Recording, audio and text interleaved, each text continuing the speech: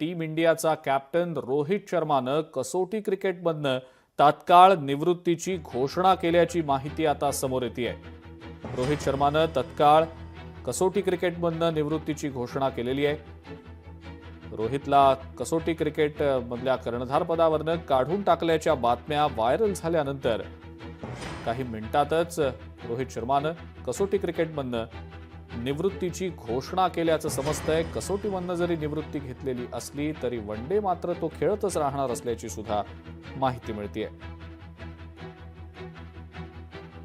आणि याच संदर्भातली अधिक माहिती आपण जाणून घेणार आहोत. अविनाश देगसकर आपले प्रतिनिधी आपल्या सोबत आहेत सध्या. अविनाश, रोहित शर्मानं कसोटी क्रिकेटमधनं निवृत्तीची घोषणा केल्याचं समजतंय. काय नेमका यामागचा तपशील आहे? कधी ही घोषणा केलेली आहे त्यांनी? पक्का मुंबईकर म्हणजे रोहित शर्मा, तर सगळ्या मुंबईकरांचा लाडका असलेला रोहित शर्मा याने कसोटी क्रिकेटमधनं निवृत्तीची घोषणा केलेली आहे. ही आणि सोशल मीडियावर माहिती देत ही निवृत्ती त्याने जाहीर केलेली आहे. पण त्यासोबत महत्वाचं म्हणजे कसोटीमधनं जरी निवृत्त झाला असला तरी तो वन डे क्रिकेट, एक दिवसीय क्रिकेट मात्र तो खेळत राहणार आहे. सध्या IPL सीझन सुरू आहे. IPL मध्ये सध्या रोहित शर्मा बिझी आहे. त्यानंतर मात्र तो त्याची स्वतःची प्रतिक्रिया देऊ शकतो. मात्र त्याने आता सोशल मीडियावरनं आपली निवृत्ती जाहीर केलेली आहे कसोटी सामन्यावर.